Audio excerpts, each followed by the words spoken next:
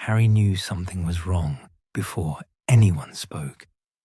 He'd been sitting at the kitchen table, ostensibly helping Ginny with a batch of dittany for Mrs. Weasley's stores, but mostly just watching the way afternoon light caught in the glass jars lined along the windowsill.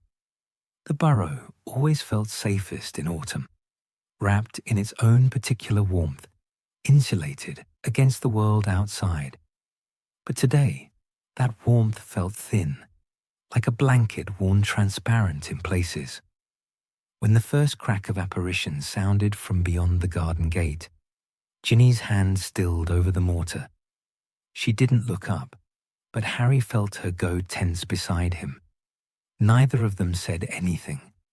They'd learned not to speak their fears aloud this year, as if naming them might make them solid. 2 more cracks followed, then a 4th. "That's Kingsley," Ginny said quietly. She'd gone back to grinding dittany, but her movements were too precise now, too controlled. "And Remus, maybe Tonks."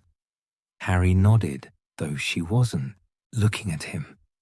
His hand had drifted to his wand pocket without him meaning it to. He made himself leave it there, tried to look like he was still absorbed in measuring out the ground leaves. But his chest had gone tight, and he couldn't quite draw a full breath. Mrs. Weasley appeared in the kitchen doorway before the visitors knocked. She was wiping her hands on her apron. She'd been upstairs, airing out bedding. But Harry noticed the way she'd positioned herself between the hall and the kitchen. Protective, even now, even here. "Molly." Kingsley's deep voice carried through the house with careful gentleness, which somehow made it worse. News delivered gently was never good news. Harry watched Mrs. Weasley's shoulders rise and fall once. A breath gathered and released. Then she turned back to them, and her face was composed into something bright and unconcerned. "Ginny, dear, put the kettle on, would you? We have guests." But her eyes were already distant, already bracing. The kitchen filled quickly, too quickly for a casual visit. Kingsley ducked through the doorway, his bald head nearly brushing the dried herbs hanging from the beams. Remus followed, looking grey and drawn in the fading light. Tonks came last, her hair a subdued brown today. And that told Harry more than anything else how serious this was. Mr. Weasley emerged from his shed without being summoned, and Harry realized he must have been warned somehow. Some signal Harry had missed. Arthur's hands were still dusty with whatever project he'd been tinkering with, but he'd already vanished, his jovial, distracted expression. The face he wore now was the one Harry had seen in order meetings, focused, quietly grim. "Arthur, Molly." Kingsley waited until they were all seated, though Molly hadn't actually sat down. She stood beside the stove, one hand resting on the kettle, as if that simple domestic action could hold back whatever was coming. "I'm sorry to arrive without warning." "It's 3, isn't it?" Mr. Weasley said. His voice was level, but Harry saw the way his fingers pressed against the table edge. 3 safe houses. Kingsley nodded. The Prewett cottage, the Fenwick property in Cornwall. Last night, the Meadows farm in Devon. He paused. All within 2 weeks. The kitchen was too quiet. Harry could hear the clock ticking on the wall, all 9 Weasley hands pointing to mortal peril as they had been for months now, and the small settling sounds of the house around them. He watched Mrs. Weasley's hand tighten on the kettle handle. "Wards?" Mr. Weasley asked. "Intact. No one was harmed." Remus spoke for the first time, his voice rough. "But they were breached. Whoever did it knew exactly where to look and what protections were in place. They're not attacking yet, They're mapping, cataloguing targets, Kingsley added. And the Burrow. No. Mrs. Weasley's voice cut across the kitchen like a severing charm. She still hadn't moved, but something had shifted in her posture, a solidifying, a calcification of will. Absolutely not. This is our home. We've weathered worse than Death Eaters prowling about. We'll add wards. Arthur, you can… Molly. She stopped. Not because Mr. Weasley had interrupted. He'd barely whispered her name, but because of how he'd said it. Harry heard what lived in that single word: resignation, grief, acceptance, all the things Mrs. Weasley was refusing to let herself feel. We can't, Arthur said quietly. Not anymore, love. Not with the protections compromised elsewhere. If they're coming, they already know how to get in. Harry felt Ginny shift beside him. When he glanced at her, she was staring at the table, her jaw set in that particular way that meant she was holding something back. Anger, probably, or fear wearing anger's face. The recommendation, Kingsley continued, and Harry noticed how careful he was being with his words, how much space he left around them, is temporary evacuation. Tonight, we'll place new wards, complex ones tied to bloodlines and intentions. But the family needs to be elsewhere while we work, and for some time after, while we ensure the protections hold. How long? Ginny spoke for the first time, her voice flat. No one answered immediately, and that silence was answer enough. Harry watched Mrs. Weasley's hand slide away from the kettle. She turned slowly, and he saw her looking around the kitchen as if cataloguing it. The mismatched chairs, the scorch mark on the ceiling from the twins' portable swamp experiment, the shelf of Arthur's plugs and batteries, the wireless on the windowsill, currently silent. I need to pack, she said finally, and her voice sounded distant, as though she was speaking from somewhere very far away. It'll take time. The boys' rooms, there are things that can't be left. Bill's early wandwork notebooks, Charlie's dragon sketches, Percy's… Her voice caught on the name, just slightly. There are things that matter. Molly, we have until midnight for the wards. Tonks leaned forward, her voice gentle. That's ours yet. You don't have to. I'm not leaving it like this. Mrs. Weasley's hands had begun moving again, smoothing her apron, touching the back of a chair, restless and desperate. I'm not letting them make me run from my own home without putting things right first. Harry understood then. It wasn't about the objects. It was about the leaving. If she had to abandon the Burrow, she needed to do it properly, with intention, with care, not fleeing in panic like prey. Mr. Weasley stood and crossed to her. He didn't say anything, just placed his hand over hers where it gripped the chair back. His fingers were still dusty from his shed, leaving faint prints on her skin. All right, he said. Then we pack. We do it properly. Kingsley exchanged a look with Remus, something resigned and understanding passing between them. We'll begin the ward preparations at midnight. Until then, the property is yours. They left quietly after that, with promises to return and careful words of encouragement that rang hollow in the kitchen's warmth. Harry watched them go, watched the Burrow's door close behind them, and felt something settle in his stomach like a stone. For a long moment, no one moved. Then Mrs. Weasley drew a sharp breath and squared her shoulders, transforming back into the general he'd always known her to be.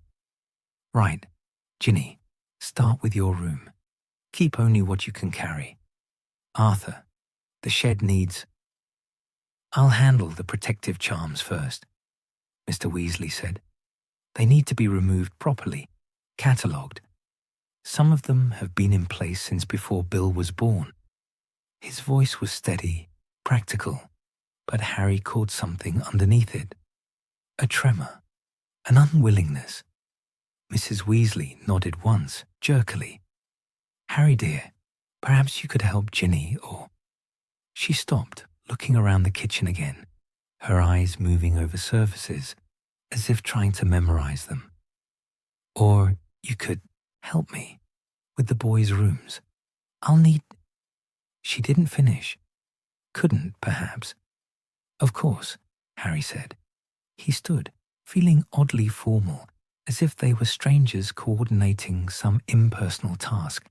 But his throat was tight, and his hands felt clumsy, and he knew that whatever was happening in this kitchen was bigger than packing, more permanent than temporary evacuation. Ginny hadn't moved. She was still sitting at the table, staring at the half-ground dittany, at the jars of afternoon light, at nothing in particular. Ginny, Mrs. Weasley's voice had softened. I heard you. Ginny pushed back from the table abruptly, the chair scraping loud against the floor. I'll start upstairs. She left without looking at any of them, her footsteps quick and hard on the stairs. Harry heard a door close, not quite a slam, but close. Mrs. Weasley closed her eyes briefly. When she opened them, they were overly bright. She'll be all right, Mr. Weasley said, though Harry wasn't sure which of them. He was trying to convince. She's strong. They're all strong. They shouldn't have to be. Mrs. Weasley's whisper was almost inaudible. Then she seemed to gather herself, pulling her spine straight. Right. Well, standing here won't pack anything, will it? But she didn't move. None of them did. Outside, the sun was sinking toward the horizon, casting the kitchen in amber light that made everything look precious and temporary. Harry could hear the ghoul thumping around in the attic, unaware that anything had changed. The clock ticked on. 9 hands. Mortal peril. But still here. Still home. For a few more hours at least. Mr. Weasley was the first to break the stillness. He kissed Molly's temple gently, then walked toward the hall, pulling his wand from his pocket. Harry watched him pause at the doorway, his hand rising to touch the frame. Just his fingertips, just for a moment. Then he was gone, and Harry heard his footsteps climbing the stairs, slow and measured, beginning the dismantling. Mrs. Weasley drew another breath, this one shakier than the last. I suppose we should start with Fred and George's room, she said to Harry, not quite looking at him. There will be. It's rather a lot, actually. They left so much behind when they moved to the shop. Things they invented when they were young. Things that never quite worked. Her voice cracked on the last word. Harry nodded, not trusting his own voice. They stood together in the kitchen as the light faded, neither of them quite ready to begin. Outside, Harry could hear evening birds settling into the garden trees. The burrow creaked gently around them, the same sounds it had always made, oblivious to the fact that it was being abandoned. Or perhaps not oblivious at all. Perhaps the house knew exactly what was happening. Mrs. Weasley moved first, finally smoothing her apron one last time before turning toward the stairs. Harry followed, and as he left the kitchen, he let his own hand trail along the doorframe, the same gesture Mr. Weasley had made. It felt like goodbye. It felt like they were already gone. Harry found Mr. Weasley, standing motionless in the upstairs hallway, wand raised but inactive, staring at the wall above Bill's old bedroom door. For a moment, Harry thought he was simply gathering himself, preparing for the work ahead. But then he noticed the way Arthur's hand trembled slightly, the way his lips moved soundlessly, and Harry realized he was rehearsing, practicing the words he'd need to say to undo protections he'd spent years building. "Sir," Harry said quietly, not wanting to startle him. Mr. Weasley lowered his wand and turned.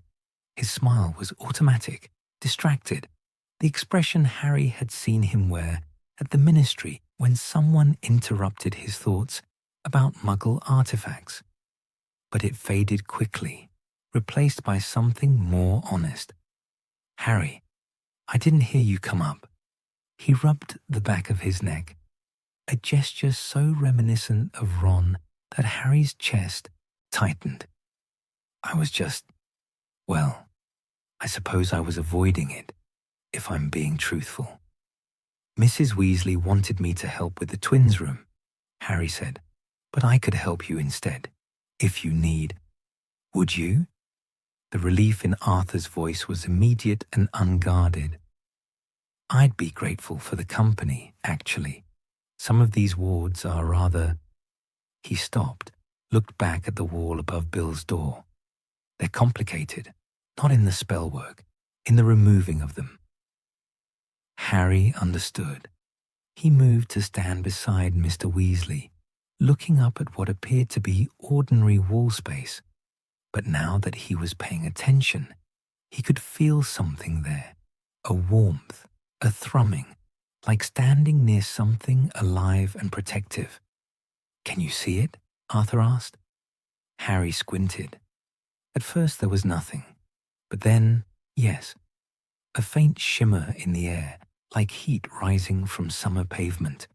Threads of magic woven so tightly they were nearly invisible, forming patterns that reminded Harry of the delicate frost tracings on winter windows. "I placed this one the night Molly brought Bill home from St. Mungo's," Arthur said softly. "He was 3 days old. So small, Harry. Small enough to fit in one of my hands." He raised his palm as if cradling that memory. "I'd read about protective wards in a book borrowed from the ministry library. I didn't really know what I was doing. Just kept thinking that I needed to keep him safe. That it was my job now, keeping this tiny person safe." His wand rose again, slowly. "The ward responds to malicious intent," Arthur continued, his voice falling into the explanatory rhythm Harry had heard dozens of times at the dinner table, in his shed, during quiet moments when Arthur's natural curiosity got the better of him. But this time, the explanation felt different, personal rather than educational. "It won't stop a determined attack, but it gives warning, a feeling of wrongness, like something watching. I've updated it over the years, of course, added layers, Charlie's birth, Percy's, the twins, Ron, Ginny." He trailed off, staring at the shimmer. "Each time I wove them in, their magical signatures, their presence, so the ward would know them, recognize them as belonging here." Arthur's voice had gone very quiet. "I thought I was being clever, creating something that would grow with the family." Harry waited, not speaking. "But now I have to unmake it," Arthur said. "Tell it that nobody belongs here anymore." The wand tip touched the wall, and Arthur began to speak. Not the words of the counter charm yet, but something that sounded almost like an apology. His voice was too low for Harry to make out the specific words, but he heard the tone. Regretful, grateful, sad. Then the incantation came, crisp Latin syllables that Arthur pronounced with precision despite the way his hand shook. The shimmer brightened for a moment, as if resisting, and Harry saw Arthur's jaw clench. He said the words again, more firmly this time, And the light began to unravel, beautiful and terrible, threads of magic loosening and dissolving into nothing. When it was gone, Arthur lowered his wand. He stood very still, looking at the now ordinary wall. "One down," he said, attempting brightness. It didn't work. They moved through the hallway methodically after that. Arthur explained each ward before removing it, when he'd placed it. Why? What small crisis or fear had prompted its creation? Harry mostly listened, occasionally steadying Arthur's elbow when his hand trembled too much, passing him water when his voice went hoarse from the incantations. Above the bathroom door, a ward against poisoning, placed after Ron had accidentally swallowed a quantity of undiluted doxy venom at age 6. Along the landing windowsill, protections against forced entry layered over each other like sedimentary rock. The oldest dated from the First War, when Molly had been pregnant with Bill. The newest had been added last year, after Dumbledore's death. Between the twins' room and Ron's, an alarm charm disguised as ordinary wood grain, designed to alert Arthur and Molly if anyone left the house after curfew. Never worked, Arthur admitted with a slight smile. The twins figured it out in under a week. But I left it anyway. Seemed important to at least try. Harry watched the smile fade as Arthur unmade that ward too. They worked mostly in silence, punctuated by Arthur's explanations. Harry found himself cataloguing the sounds of the house around them. Mrs. Weasley's footsteps overhead in the twins' room, stopping and starting. The creak of floorboards in what must be Ginny's room. The ghouls' continued oblivious thumping, and underneath it all, a quality of stillness that felt wrong, as if the burrow itself was holding its breath. "This one's tricky," Arthur said as they reached the landing between floors. He was crouched low, one tip nearly touching the baseboard. "It's a ward against tracking spells. Prevents anyone from using magic to locate the house's inhabitants once they've left the property. I bound it to the foundation structure, which means unraveling it might cause some instability." "Instability?" Harry repeated. "Nothing dangerous. Just the house might react, settle differently. It's been holding this magic for 17 years. Arthur glanced up at Harry. "Since the twins were born, I was paranoid about Death Eaters tracking us, even though the war was officially over. Molly thought I was being ridiculous." "She didn't think that," Harry said quietly. Arthur's expression softened. "No, I suppose she didn't." He returned his attention to the ward, his wand beginning the careful work of separating magic from structure. The house groaned. It was a low sound, felt more than heard, a vibration that travelled up through the floorboards and into Harry's bones. Arthur's hand stilled. "It's all right," he murmured, though Harry wasn't sure if he was talking to Harry or to the burrow itself. "It's all right. I'm being careful."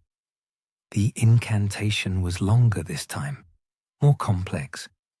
Harry watched the magic separate strand by strand, glowing faintly blue as it pulled away from the wood.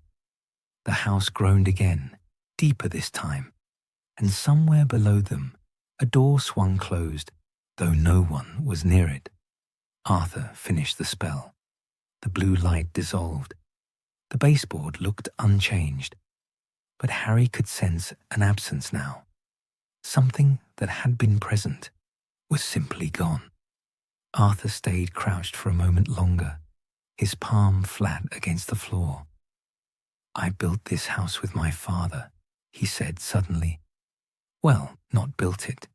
It was already here, had been for generations. But we reinforced it, added rooms as the family grew. Every nail I hammered, every beam I strengthened, I was thinking about keeping them safe. All of them. I thought. He stopped, swallowed. I thought if I made the walls strong enough, nothing could touch them. Harry didn't know what to say. He thought about the Dursleys' house, sterile, cold, designed to keep him contained rather than protected. He'd never hammered a single nail there, never been trusted with anything that mattered. You did keep them safe, Harry said. You are keeping them safe. That's why we're doing this. Arthur nodded slowly, but he didn't look convinced. He pushed himself to his feet with a slight grunt, his knees cracking. Getting old, he said, attempting levity again. Used to be able to crouch like that for hours. They descended to the ground floor, where the oldest and most powerful wards waited. Arthur paused at the bottom of the stairs, looking toward the kitchen. Light spilled from the doorway, warm and golden, the heart of the house. That one last, he said quietly. I don't think I can, not yet. So they worked around the periphery instead. The sitting room with its wards against hexes and curses. The pantry protected against spoilage and contamination. Overkill, really. But Molly wanted it after that incident with the Myrtlap essence. The back door layered with so many protective charms that Arthur had to remove them in a specific sequence, like solving a magical puzzle he himself had created. Each removal left a small silence behind. Not a true absence of sound, but rather the subtraction of something Harry hadn't consciously noticed was there. A background hum of magic that had apparently been present all along. The Burrow was becoming ordinary, just wood and nails and love that couldn't protect anymore. They ended up in the sitting room as full dark settled outside the windows. Arthur had removed the last ward from the fireplace, something to prevent flue intrusions, and now he simply stood there, staring at the empty grate. I proposed to Molly in this room, he said abruptly. Right here, actually, in front of this fireplace. I'd planned this elaborate speech, borrowed phrases from poetry I didn't really understand. But when the moment came, I just forgot all of it, stood there stammering like an idiot until she took pity on me and said yes before I'd even managed to ask properly. He laughed, but it sounded painful. We were so young, Harry, younger than Bill is now. We thought. He stopped, shook his head. We thought we'd have time. That's what everyone thinks, isn't it? That there will be time to do things properly, to make things safe, to fix whatever needs fixing. Harry thought about his parents, about Sirius, about Dumbledore, about all the people who'd run out of time before they were ready. You did make it safe, Harry said again, more firmly. For years, that matters. Does it? Arthur turned to look at him, and his face was open and uncertain in a way Harry had never seen before. Arthur Weasley, who always had an answer, who approached every problem with optimistic curiosity. If we lose it anyway, did any of it matter? Yes. Harry was surprised by his own vehemence. Of course it did. This house, your family, they're safe because of what you built here. Not just the wards, everything. The way Ron knows he's loved, the way Ginny knows she can be brave. That's from you, from this place. No Death Eater can take that. Arthur's eyes had gone bright. He looked away, blinking rapidly, back toward the fireplace. Molly's right about you, you know, he said after a moment, his voice rough. You're a good man, Harry Potter. Better than you think. Before Harry could respond, before he could figure out what to say to that, Arthur straightened his shoulders and raised his wand one more time. Right, the kitchen. Let's get it done. They walked together toward the golden light, toward the heart of the house that had held Harry together when everything else was breaking. Arthur paused at the threshold, his hand rising to touch the doorframe exactly where Harry's had earlier, where Molly's had countless times, where all the Weasleys had left their invisible marks over the years. You know, Arthur said quietly. I used to think magic was the most powerful thing in the world, that if I learned enough spells, created enough protections, I could keep everyone safe. But standing here now, about to unmake it all, he looked around the kitchen at the familiar clutter and warmth. I think maybe it was never about the magic at all. Harry understood. The kitchen wasn't safe because of wards. It was safe because of morning tea and late-night conversations and the sound of Molly's voice calling everyone to dinner. It was safe because it had been loved, thoroughly and daily, until that love had soaked into the very walls, and that couldn't be unmade with a countercharm. Arthur whispered the incantation. The last one, the oldest protection, the spell he'd placed before bringing newborn Bill home 26 years ago. The magic resisted more strongly this time. The lights flickered. The house settled around them with a sound like a sigh. Then it was done. The kitchen looked exactly the same, but it felt different, colder, though the stove was still warm, emptier, though they both stood there. Arthur lowered his wand and let his hand fall to his side. He stood very still in the doorway, and Harry saw his throat work as he swallowed once, twice. Well, Arthur said finally, his voice barely above a whisper. That's that then. But he didn't move. Neither of them did. They stood together in the unprotected kitchen, in the house that was no longer quite a home, and waited for midnight to come. Harry found Ginny in the twins' old room, surrounded by chaos that looked deliberate. She'd dragged down half a dozen boxes from somewhere, probably the attic, and was sorting through the room's contents with a violence that didn't quite cross into actual destruction. Books thudded into piles, clothes flew toward the open wardrobe. A broken sneakerscope clattered into a box marked with a harsh rubbish in her handwriting. She didn't look up when Harry entered, though he knew she'd heard him.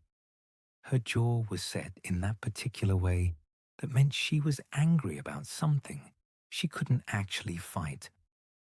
Your mum sent me to help, Harry said, which wasn't entirely true. Mrs. Weasley had suggested it carefully, her eyes worried, and Harry had volunteered before she could finish the sentence. I don't need help. Ginny yanked open a drawer, stared at its contents. Old quills, broken ink bottles, a petrified sandwich of unknown origin. Then upended the entire thing into the rubbish box. I'm fine, just packing. She wasn't fine. Harry could see it in the rigid line of her shoulders, the mechanical efficiency of her movements. She was attacking the room like it had personally offended her. Harry picked his way through the scattered belongings and sat on the edge of the stripped bed. He didn't say anything, just watched as Ginny continued her systematic destruction of the twins' childhood. After several minutes of pointed silence, she finally stopped. Her hands were gripping a moth-eaten Chudley Cannon's banner. Ron's, probably, abandoned here years ago when he'd moved to his own room. She stared at it, like she'd forgotten what it was. They can't have this, she said, her voice low and sharp. "They've taken everything else. They can't have this too." "They won't," Harry said. "That's why we're—" "Don't." Ginny's head snapped up, her eyes fierce. "Don't say that's why we're leaving. Don't make it sound noble or strategic or sensible. We're running away. We're staying alive. Same thing, isn't it?" She threw the banner toward the keep pile, but it missed and slid to the floor instead. She left it there. They attack, we hide. They threaten, we scatter. And now they don't even have to attack. Just the possibility is enough to make us abandon our own home. Harry understood the anger. He'd felt it himself. That helpless rage at being moved around like a chess piece, always reacting, never acting. But he also knew what happened when you stood your ground, just to prove you could. He'd seen it. He carried those deaths with him. "Your mum needs this place emptied," he said instead. "I'm going to help. You can be angry while we work." Ginny stared at him, her expression somewhere between fury and something that might have been gratitude. Then she turned back to the room, grabbed another box, and shoved it towards him. "Fine, you take that side, and if you find anything with WW or FW on it, I want to see it first." They worked in tense silence after that. Harry sorted through a trunk of old school supplies, while Ginny attacked the wardrobe with renewed energy. The room slowly emptied around them, revealing water stains on the wallpaper and dust bunnies in corners. Without the twins' clutter and personality filling it, the space looked smaller, sadder. Harry pulled out a stack of Hogwarts homework, potions essays marked with Professor Snape's scathing red ink. A transfiguration, practical, that had earned an A with a note. Creative application, though not what was assigned. He set those aside in the keep pile without asking. Someone would want them.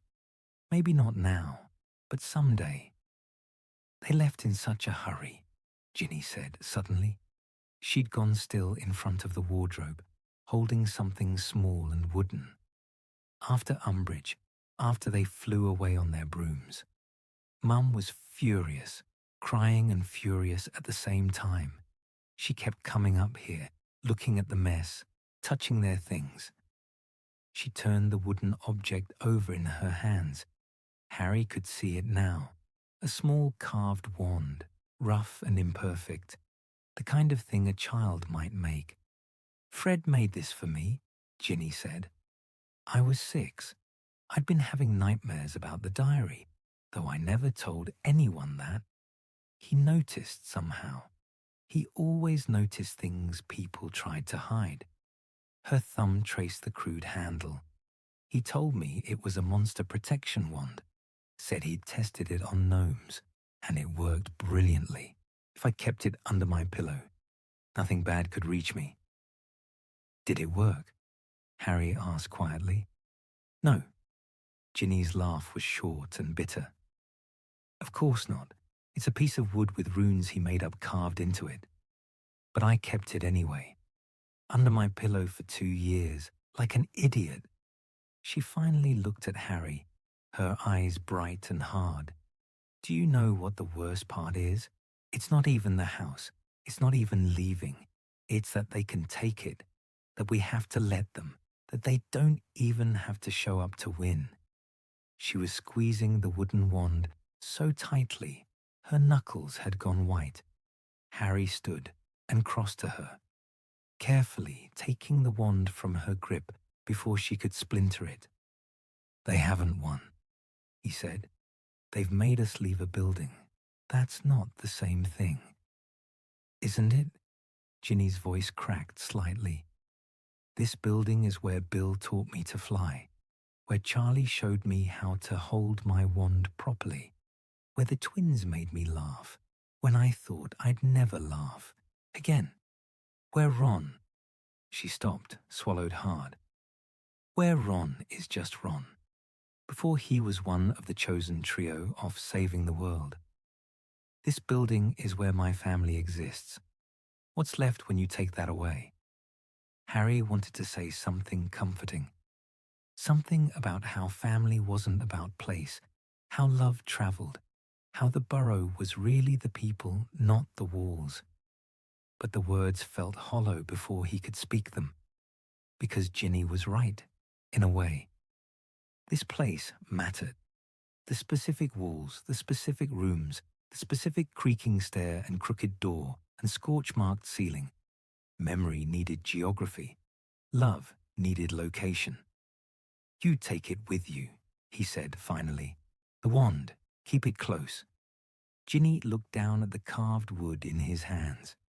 For a moment, he thought she might refuse, might insist on packing it away properly, on being practical. But then she took it from him and slid it into her jacket pocket without a word. They returned to sorting, but something had shifted. Ginny's movements were slower now, more deliberate. She touched things before deciding their fate, running her fingers over a quilt stitching, holding an old photograph to the light, reading inscriptions in books before boxing them.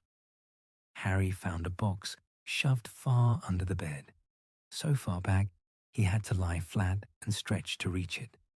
When he dragged it out, he found it full of prototype joke items, unpainted wooden boxes that must have been early skiving snack boxes, glass vials with handwritten labels, fever fudge version 3, do not eat, causes actual fever, and nosebleed nougat test batch, makes ears bleed instead, fix, a deflated rubber bladder with a note attached, portable swamp, inflation charm needs work, also possibly cursed, check with George.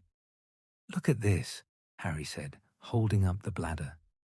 Ginny came over, peered into the box, and for the first time since he'd entered the room, she almost smiled. That's the one that exploded in Mum's vegetable garden. She was furious, made them denome the entire property without magic. She knelt beside him and began pulling out items one by one.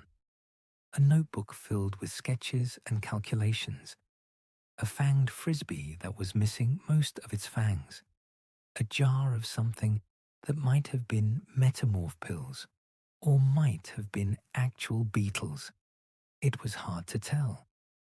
They were so serious about it, Ginny said, her voice softer now. The joke shop. Everyone thought it was just the twins being the twins, you know, causing trouble for the fun of it. But they worked. Actually worked. I'd come up here to complain about something, homework or Ron or whatever, and they'd be hunched over these experiments, taking notes like they were brewing Felix Felicis. She pulled out a small wooden box, plain and unpainted. Inside were a dozen tiny fireworks, each one carefully wrapped in tissue paper. A label on the box lid read, "For Ginny's birthday, do not use until fixed. Currently turns hair green for a week. Working on it." Ginny went very still. "That birthday already passed," she said quietly. 2 years ago. They never gave them to me." Harry watched her rewrap the fireworks carefully and place the box back. She didn't put it in any of the sorted piles. She just held it. "We should keep this," she said. "All of it. The failed experiments, the broken prototypes. Mum will want them, even if they never work properly." "Especially if they never work properly," Harry agreed. They packed the box carefully, cushioning the glass vials with torn fabric from the rubbish pile. Ginny worked with a focused intensity that was different from her earlier violence. This mattered. These broken, failed, unfinished things mattered.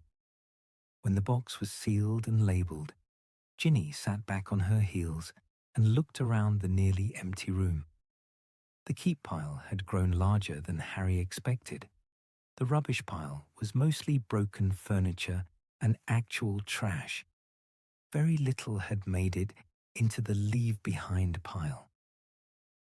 I used to hate this room, Ginny said suddenly. When I was little, the twins would lock me out, tell me it was boys only. I'd sit in the hallway and scream until Mum made them let me in. She smiled faintly. Then as soon as I was inside, I wanted to leave. They'd try to test things on me, canary creams, tum-tum toffees. I was basically a walking test subject. Sounds terrifying, Harry said. It was brilliant. Ginny's voice had gone thick. I was included. That's what mattered. They chose me to test things because they trusted me, because I was brave enough to try their mad experiments, because I was a Weasley, and Weasleys looked after each other, even when they were poisoning you with experimental sweets. She stood abruptly and walked to the window. Outside, full dark had fallen.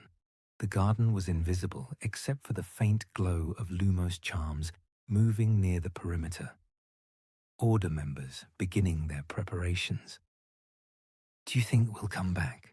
She asked, her back to Harry. Really? Come back, I mean.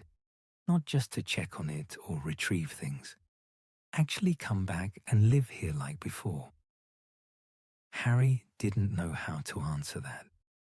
He thought about Grimold Place, about his parents' cottage in Godric's Hollow, about all the places that had been homes and then became just buildings, places where people used to live.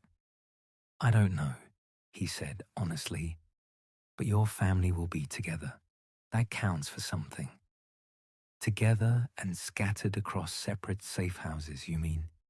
Ginny's reflection in the window showed her expression, bleak and tired. Mum and Dad to one place, Bill and Fleur to Shell Cottage, Charlie back to Romania, Percy.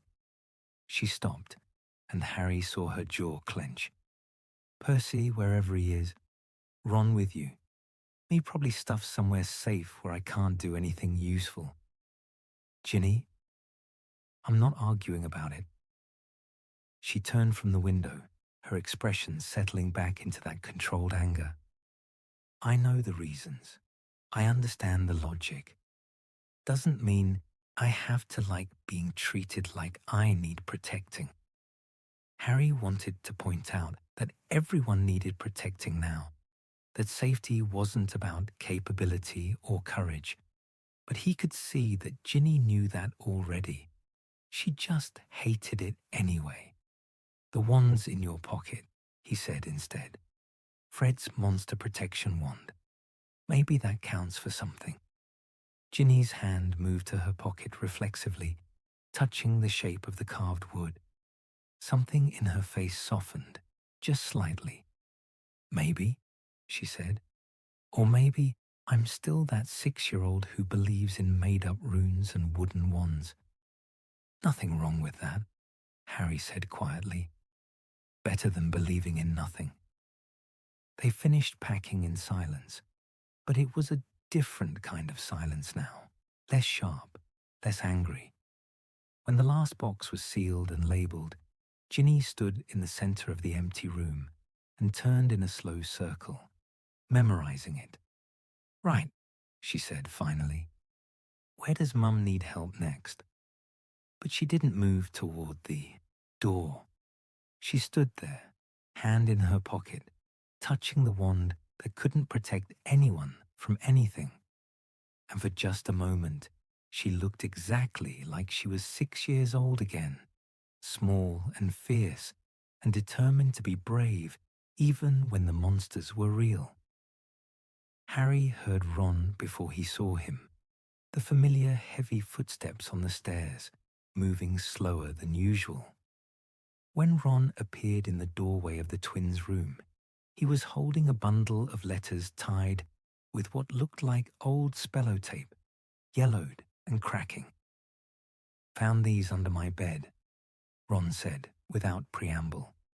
His voice was carefully neutral, but Harry had known him long enough to hear what lived underneath it. Thought they'd been thrown out years ago. Ginny looked up from where she was labeling the last box. Her eyes moved from the letters to Ron's face, and something passed between them. Some sibling understanding that Harry couldn't quite read. "I'll go check on Mum," Ginny said quietly. She stood, brushed dust off her jeans, and paused next to Ron on her way out. Her hand touched his arm briefly, so quick Harry might have imagined it. Then she was gone, her footsteps fading down the hall. Ron stood in the doorway, still holding the letters, like he wasn't quite sure what to do with them. The spellotape binding was coming apart, and Harry could see different handwriting on the envelopes. Bill's neat, precise script on some, Charlie's messier scrawl on others. "You don't have to stay," Ron said, but he was already moving into the room, settling onto the floor with his back against the stripped bed. Probably boring anyway, just old letters. Harry sat down across from him without answering. They'd been through too much together for Ron to actually believe Harry would leave. Ron picked at the spellotape, and it disintegrated at his touch. The letters spilled into his lap, 15, maybe 20 of them. Some were thick, multiple pages. Others were single sheets, hastily scrawled. All of them were addressed to Ron in different years of his childhood, judging by the increasingly sophisticated handwriting of his own name on the envelopes. "Bill sent the first one from Egypt," Ron said, picking up an envelope with a hieroglyph stamp. "I was 7. He'd just started his first curse-breaking job, junior position, mostly cataloguing and cleaning up after the real curse breakers. But to me, it sounded like the most exciting thing in the world." He pulled out the letter carefully, unfolding paper that had been creased and refolded countless times. Harry could see the text was faded, some words nearly illegible. "Want to hear it?" Ron asked, and there was something vulnerable in the question, like he was offering Harry something precious and breakable. "Yeah," Harry said quietly. "Course I do." Ron cleared his throat and began to read, his voice taking on the cadence of someone reciting something half memorized. "Dear Ron, Egypt is brilliant, hot as dragon fire and twice as dangerous, according to my supervisor. But I think he's exaggerating to sound impressive. Yesterday, we found a curse on a jewelry box that turned your fingers blue for 3 hours. I was the one who triggered it. By accident. Don't tell Mum. So now I'm walking around looking like I've been strangled. The other curse breakers think it's hilarious.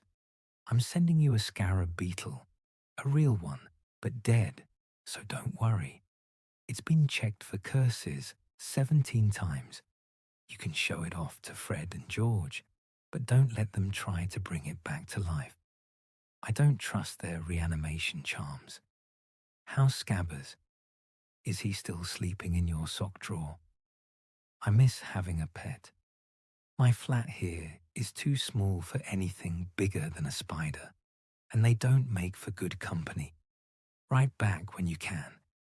I'd love to hear about what you're up to, even the boring stuff.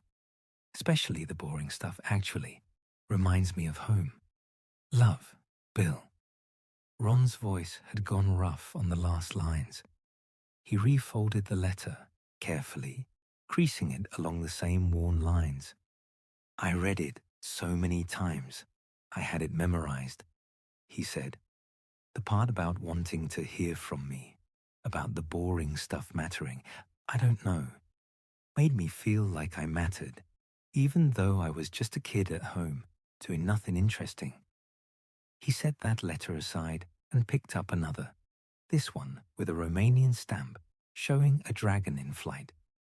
This one's from Charlie. Year later, maybe. I was 8.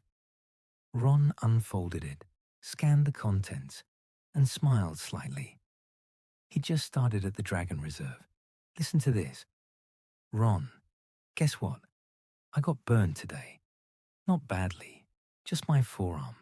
And Healer Vickers fixed it up in about 30 seconds. But for those 30 seconds, I got to tell everyone I'd been burned by a dragon. A Swedish short snout, specifically. Her name is Astrid, and she's absolutely terrifying and also the most beautiful creature I've ever seen. She didn't mean to burn me. I startled her during feeding time. My fault, not hers. And she just reacted. Can't really blame her. Imagine if a giant tried to hand you breakfast and you had fire in your lungs. You'd probably use it too. The reserve is massive. Mountains everywhere, caves, valleys. The dragons have their own territories. And we mostly just make sure they don't eat each other or wander into villages. It's not glamorous work. Lots of mucking out nests and hauling sheep carcasses. But Ron, when you see a dragon take flight for the first time, there's nothing like it.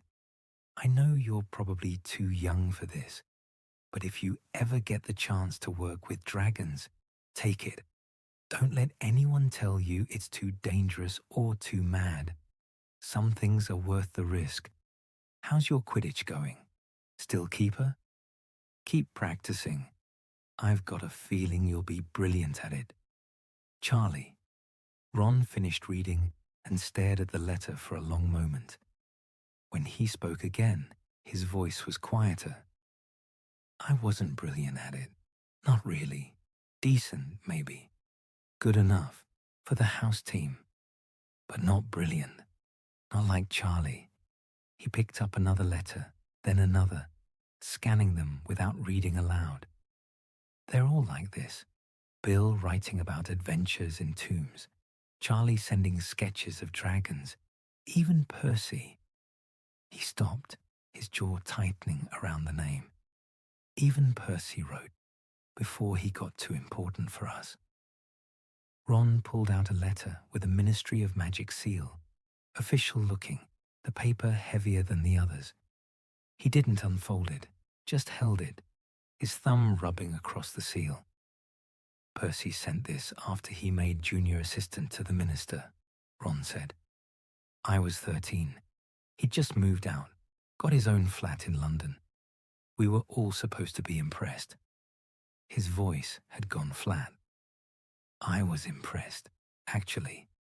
Thought it was amazing that my brother was working at the ministry, having important meetings, wearing proper robes instead of Dad's hand-me-downs. You don't have to read it, Harry said quietly. But Ron was already unfolding it. Ronald, I hope this letter finds you well. I'm writing to share some exciting news. I've been promoted to junior assistant to the minister himself. It's a significant responsibility, and I'll be expected to maintain certain standards, both professionally and personally. To that end, I wanted to offer some advice. You're entering 3rd year at Hogwarts, which means your OWLS are only 2 years away. I cannot stress enough the importance of taking your studies seriously. Your career opportunities will depend entirely on your examination results. I know our family doesn't always prioritize academic achievement. There's a tendency toward, let's say, distraction. But you have the potential to do better than that. Better than hand-me-down robes and second-hand books. Better than barely scraping by. I believe you can make something of yourself, Ronald. You simply need to apply yourself properly. Best regards, Percy. Ron's voice had remained steady throughout, but his hands had tightened on the paper, crumpling the edges slightly. He stared at it for a moment, then carefully folded it and set it aside with the others, Better than hand-me-down robes, he repeated quietly. Better than barely scraping by. Better than being a Weasley, basically. That's what he meant.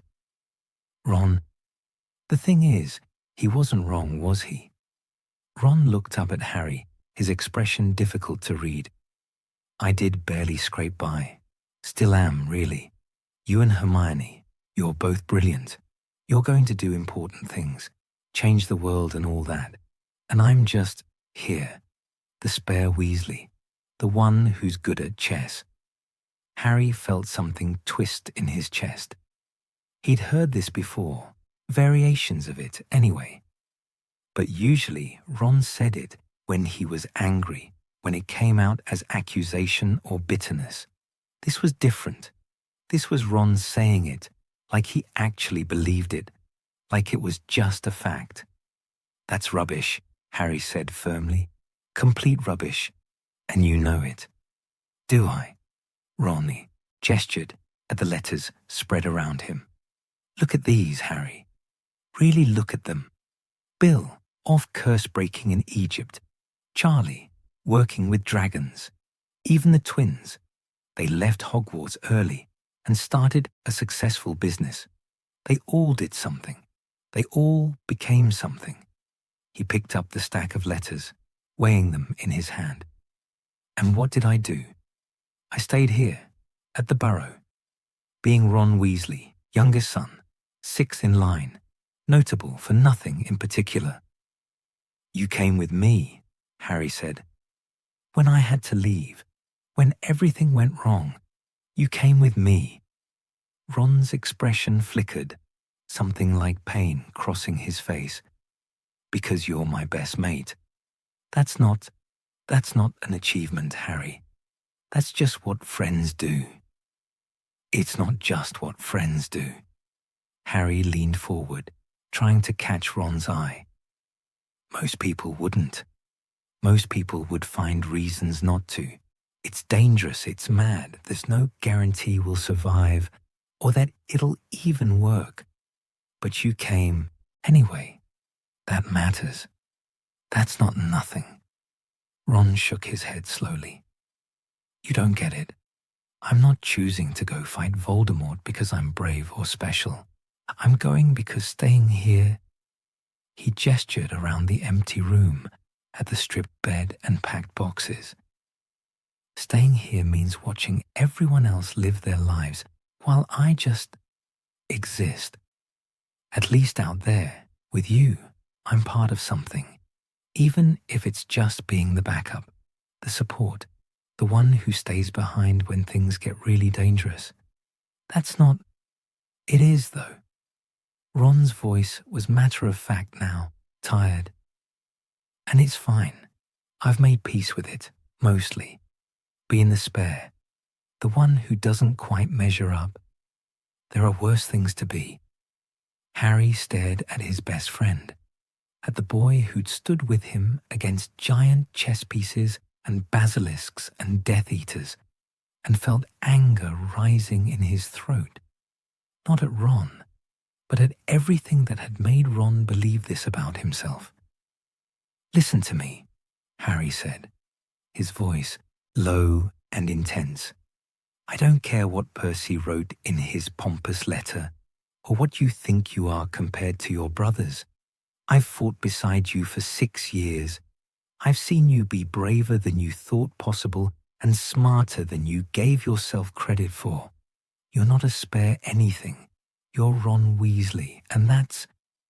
He stopped, frustrated with his own inability to find the right words. That's enough. More than enough. It's everything. Ron looked at him for a long moment, his expression unreadable. Then he smiled slightly, sadly. You're a good friend, Harry. The best. But you don't have to... He stopped, swallowed. I know what I am. It's not bad or good. It just is. He gathered up the letters slowly, one by one, stacking them carefully. His movements were deliberate, measured, like he was handling something fragile. When they were all collected, he sat there holding them, staring at the pile. "The thing is," Ron said quietly, "they stopped coming. The letters. Bill got busier, more important jobs. Charlie moved deeper into the reserve where our post was unreliable. Percy." He didn't finish that sentence. And I told myself it was fine. They had lives, important lives. They didn't have time to write to their kid brother about his boring, ordinary existence at the Burrow. "Ron." "But I saved them all anyway," Ron continued, as if Harry hadn't spoken. "Every single one. Kept them under my bed like some kind of, I don't know, like proof that I mattered to someone once, that they thought about me enough to put quill to parchment." He laughed, but it sounded hollow. "Pathetic, really." "It's not pathetic," Harry said firmly. "It's—" He struggled to find the right word. "It's normal. Wanting to be remembered. Wanting to matter to the people you love." Ron nodded slowly, but Harry wasn't sure he believed it. He stood up, still holding the letters, and looked around the empty room. His room, Harry realized. The twins' room had become Ron's room, at least temporarily, while they worked. But Ron had never really claimed it, never put his stamp on it. He just existed in it, like he existed everywhere, taking up space, but not really inhabiting it. "I'm not going to pack these," Ron said finally. "The letters. I'm going to leave them." "What? Why?" Ron shrugged, but there was something deliberate in the gesture. "Because they're about a different person. A kid who thought his brothers were heroes, who thought being a Weasley meant something special, who believed that if he just waited long enough, his turn would come to do something important." He set the stack of letters on the windowsill, arranging them neatly. "That kid doesn't exist anymore. Hasn't for a while, really." Harry wanted to argue, to grab the letters and shove them into a box and make Ron take them. But something stopped him. The look on Ron's face, maybe. The careful way he positioned the letters, like he was building a small monument. "They mattered," Harry said, quietly. "The letters, what they said about you being worth writing to, that was true. It is true." "Maybe," Ron said. He touched the top letter gently, his fingers lingering for just a moment. Then he turned away from the window, from the letters, from whatever they represented. "Come on, let's go see what else needs packing." He walked toward the door, his shoulders set in that particular way that meant the conversation was over. Harry stood slowly, taking one last look at the letters on the windowsill. All that proof that Ron had once mattered to people who'd moved on to bigger things. But as he followed Ron out of the room, Harry found himself thinking about the letters Ron had never mentioned, the ones Harry himself had never written. Not because Ron didn't matter, but because they'd been together, living the same life, sharing the same dangers. You didn't write letters to someone who was right beside you. Maybe that was the problem. Maybe Ron needed to be told he mattered, not just assumed he knew it. Harry caught up with Ron in the hallway. "Ron," he said. "Wait." Ron turned, his expression guarded. "I should have written to you," Harry said. "All those summers at the Dursleys, when I felt like I was going mad from isolation, I should have written properly. Not just a few lines about nothing. Real letters, the kind Bill and Charlie sent. You didn't need to. I did, though." Harry stepped closer. "Because you matter. Not as backup, not as support. As Ron, as my best friend. As someone who saved my life more times than I can count. Not because you had to, but because you chose to.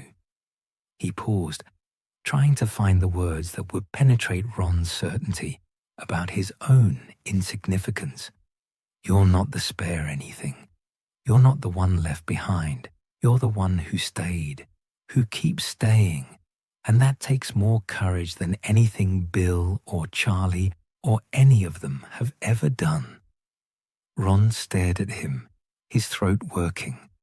For a moment, Harry thought he might actually cry, which would have mortified them both.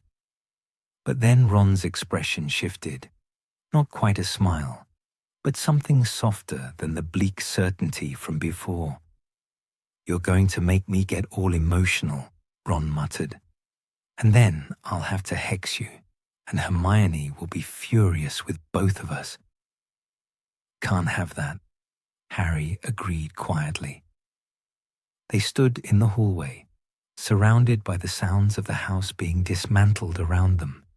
Mrs. Weasley's footsteps overhead, Arthur's voice murmuring counter-charms somewhere below, Ginny moving through rooms like a ghost. I wanted to be here, Ron said suddenly, at the Burrow, with my family. I thought that was the brave thing, the right thing, staying close to the people I loved. He looked back toward the room, toward the letters on the windowsill. But maybe staying isn't enough. Maybe I should have done more, been more. You are enough, Harry said. Right now, exactly as you are. That's what I'm trying to tell you. Ron nodded, but Harry could see he still didn't quite believe it. Maybe he never would. Maybe that was something Ron would have to figure out for himself, over time, and through experiences that proved his worth in ways Harry's words couldn't. But for now, in this moment, in this hallway, in this house they were abandoning, Harry needed Ron to know. He wasn't the spare. He wasn't the backup. He wasn't the one left behind when the real heroes moved forward. He was Ron Weasley, and that had always been enough. Mrs. Weasley stood in the doorway of the twins' childhood room, the original one, the smaller one they'd shared before Bill and Charlie left home, and they'd claimed the larger space. She hadn't moved in several minutes, just stood there, one hand gripping the doorframe like it was the only thing keeping her upright. Harry had been helping Mr. Weasley catalogue protective potions in the pantry when Arthur had quietly suggested he check on Molly. She's been up there a while, he'd said, his voice carefully neutral. Might need a hand with the heavy lifting. But when Harry climbed the stairs and found her, Mrs. Weasley wasn't lifting anything. She was just standing, staring into the room like it might vanish if she blinked. Mrs. Weasley, Harry said softly. She startled, her hand flying to her chest. Oh, Harry, I didn't hear you. She attempted a smile, but it dissolved almost immediately. I should really get started. There's so much to sort through, and we don't have much time left. But she still didn't move. Harry came to stand beside her, looking into the room. It was smaller than he'd expected, barely enough space for two narrow beds, a shared desk crammed with junk, and an ancient wardrobe listing slightly to one side. Every surface was covered with things: boxes, jars, loose parchment, broken bits of what might have been magical devices.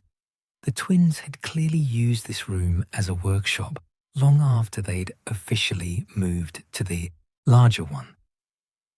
I keep thinking, Mrs. Weasley said quietly, that if I don't go in, if I don't pack it away, then they're still here somehow, still young, still safe. Her voice cracked on the last word. Silly, isn't it? No, Harry said. It's not silly. Mrs. Weasley drew a shaky breath and squared her shoulders in that way she had when forcing herself to be strong. Right. Well, standing here won't get it done, will it? She stepped into the room and Harry followed. The space felt different once they were inside, more cramped, more intimate. Harry could smell something faintly acrid, like burnt sugar mixed with sulfur. Old experiments gone wrong, probably. The afternoon light coming through the small window made the dust motes visible, dancing through air that felt thick with memory. Mrs. Weasley moved to the nearest box and opened it carefully, as if something might jump out. Inside were dozens of small cloth bags, each labeled in the twins' matching handwriting. She pulled one out and read, "Skiving snack box, prototype number 3, causes temporary blindness instead of fever. Do not sell." Despite everything, she almost smiled. They were so careful about labeling their failures, more careful than with their successes, actually. She set the bag aside gently, then pulled out another. Nosebleed nougat, early version. Makes nose bleed, but also ears sing opera. Fix before production. Ears sing opera, Harry repeated. They tested it on Ron, Mrs. Weasley said, and this time the smile reached her eyes briefly. Poor thing walked around humming Celestina Warbeck for 3 days. He was furious. The twins thought it was the funniest thing that had ever happened. She continued pulling out prototypes, each one a small failure, a not quite right attempt at magic that was supposed to be fun. Harry watched her handle each item with such tenderness it made his chest ache. These weren't just joke products.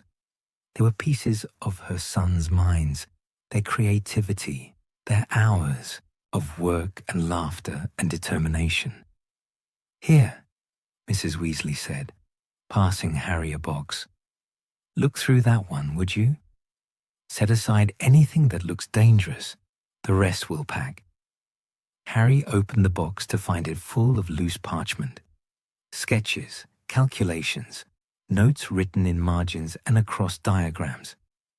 He picked up the first sheet and found himself looking at a detailed drawing of what appeared to be a portable swamp, with annotations about humidity levels, plant selection, and expansion charms. The handwriting alternated between 2 people, Fred and George, finishing each other's sentences, even in writing. Their thoughts so intertwined, it was impossible to tell where one ended and the other began. "They were brilliant, you know," Mrs. Weasley said suddenly. She was sitting on one of the beds now, holding something small and metallic. Everyone thought they were just troublemakers, just silly boys who couldn't take anything seriously. But look at this. She held up the object, a tiny mechanical bird, intricate and delicate. They made this when they were 12 years old, and they'd figured out how to combine transfiguration, charms, and basic engineering to make something that actually flies. She wound a small key on the bird's back, and it whirred to life, wings flapping jerkily. It managed about 3 seconds of flight before one wing fell off and it crashed onto the bed. "Never quite worked properly," Mrs. Weasley said, her voice thick. But they kept trying. That was the thing about them. They never gave up. They'd fail 100 times and just laugh and try again. She picked up the broken bird, cradling it in her palm. "I used to get so frustrated with them. All those explosions, all those detentions, all that chaos. I wanted them to settle down, take things seriously, maybe work at the ministry like Percy." She trailed off, staring at the bird.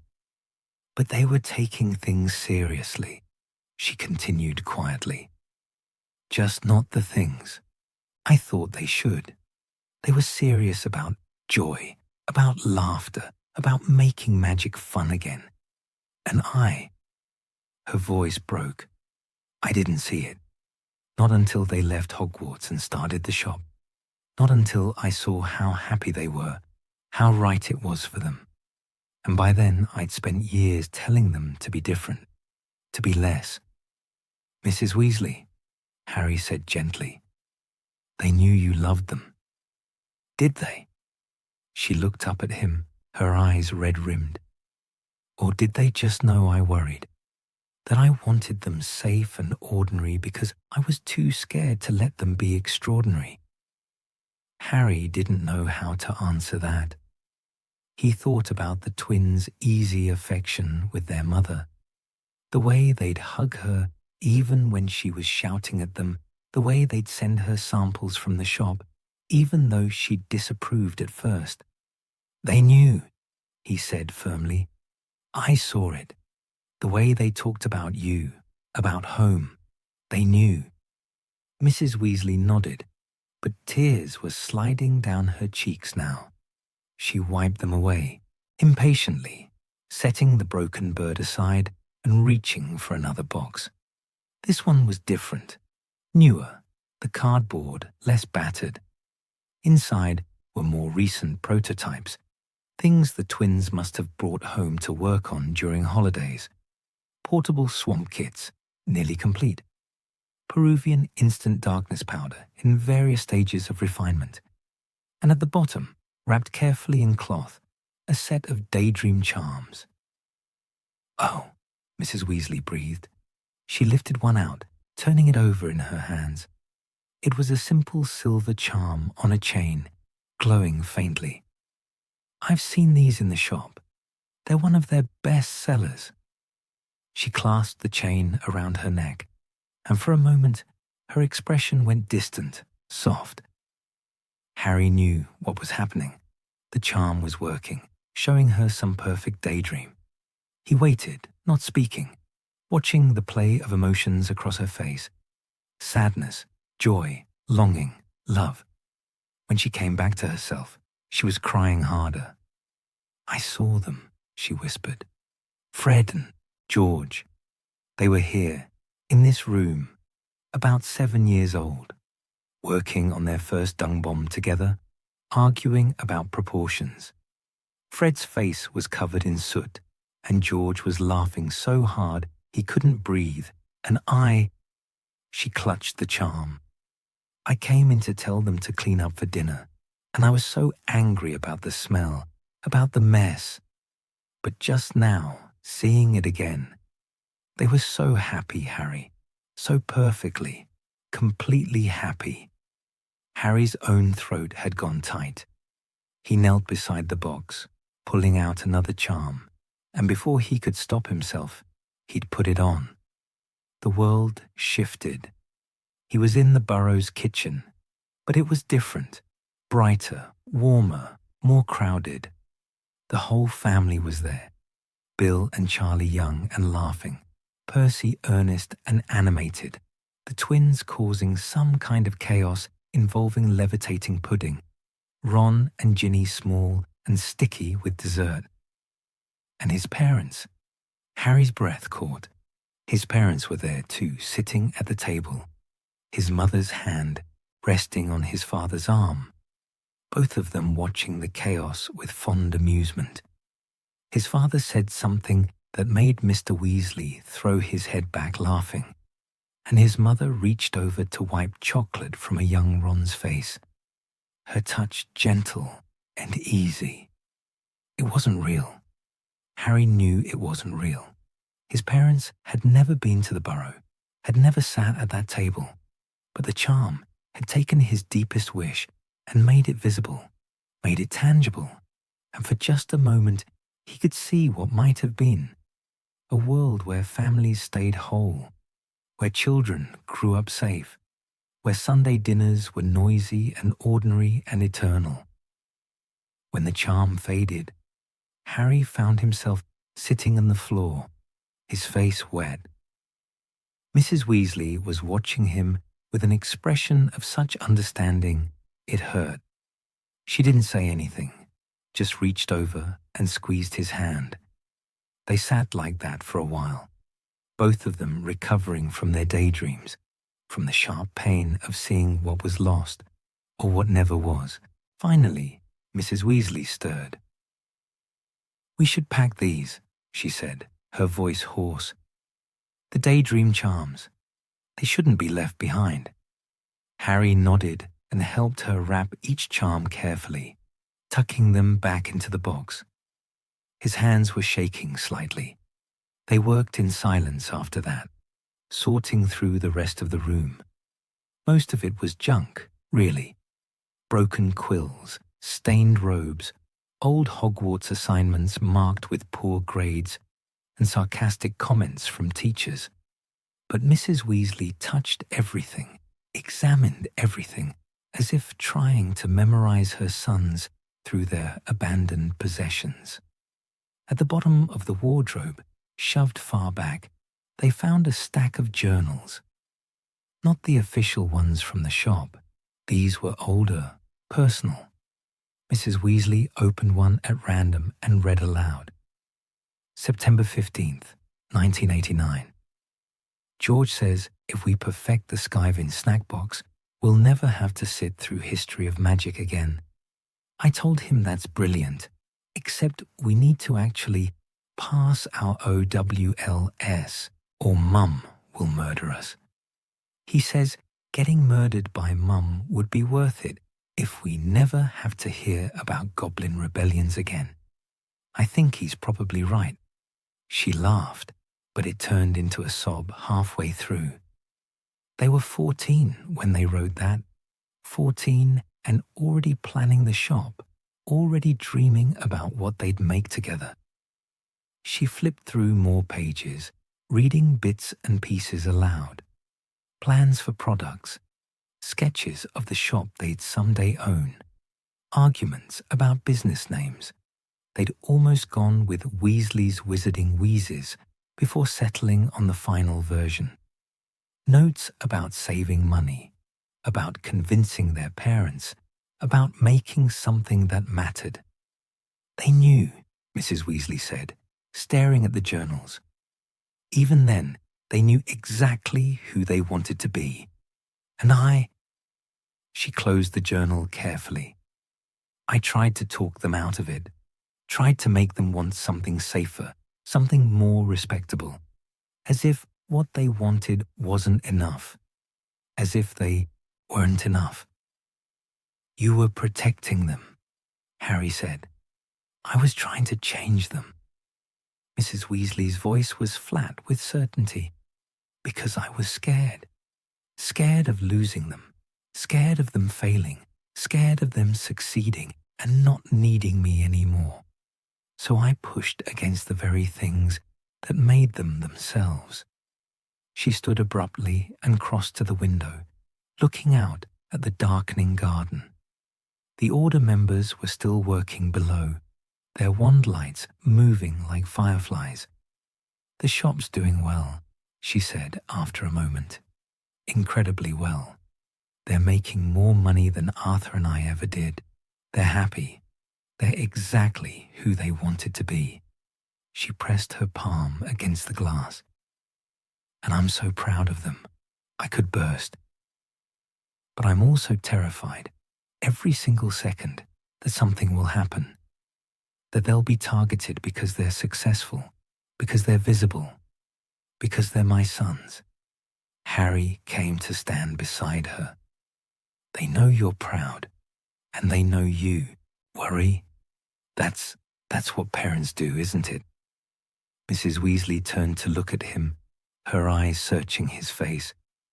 "Your mother would be so proud of you, Harry.